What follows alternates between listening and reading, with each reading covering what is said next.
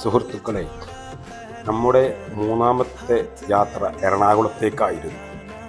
രാവിലെ പുലർച്ചെ തന്നെ കോഴിക്കോട് റെയിൽവേ സ്റ്റേഷനിൽ ബൈക്ക് നിർത്തി നേരെ റെയിൽവേ സ്റ്റേഷനിലോട്ട് പോയി. അവിടെ നിന്നും രാവിലെ 6:10 വരുന്ന ജനശതാബ്ദി എക്സ്പ്രസ്സിലായിരുന്നു യാത്ര. കോഴിക്കോട് നിന്ന് 6:10 എടുക്കുകയും 9:50 10 മണിയോടുകൂടി അത് എറണാകുളത്ത് എത്തുകയും ചെയ്തു. യാത്രയെല്ലാം വളരെ സുഖകരമാണ്.